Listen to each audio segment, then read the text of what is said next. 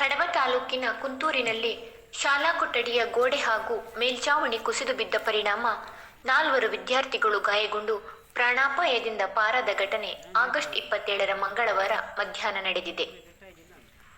ಕುಂತೂರು ಸರಕಾರಿ ಶಾಲೆಯ ಕೊಠಡಿಯ ಮೇಲ್ಛಾವಣಿ ಹಾಗೂ ಗೋಡೆ ಕುಸಿದಿದ್ದು ಲಕ್ಷಾಂತರ ರು ನಷ್ಟ ಸಂಭವಿಸಿದೆ.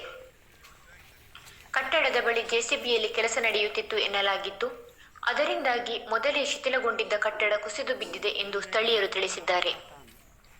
ಘಟನೆ ನಡೆಯುವ ವೇಳೆ ವಿದ್ಯಾರ್ಥಿಗಳು ಆಟದ ಮೈದಾನದಲ್ಲಿದ್ದುದರಿಂದ ಹೆಚ್ಚಿನ ಅಪಾಯ ಸಂಭವಿಸಿಲ್ಲ. ಗಾಯಗೊಂಡ ವಿದ್ಯಾರ್ಥಿಗಳು ಚಿಕಿತ್ಸೆ ಪಡೆದು ಹಿಂದಿರುಗಿದ್ದಾರೆ ಎಂದು ತಿಳಿದುಬಂದಿದೆ. ಆತ್ಮೀಯ ಮಾರ್ದನಿ ಚಾನೆಲ್ ವೀಕ್ಷಕರೇ, ನಿಮ್ಮ ಮಾರ್ದನಿ ಸಬ್ಸ್ಕ್ರೈಬ್ ಮಾಡಿ, ಶೇರ್ ಮಾಡಿ, ಲೈಕ್ ಮಾಡಿ.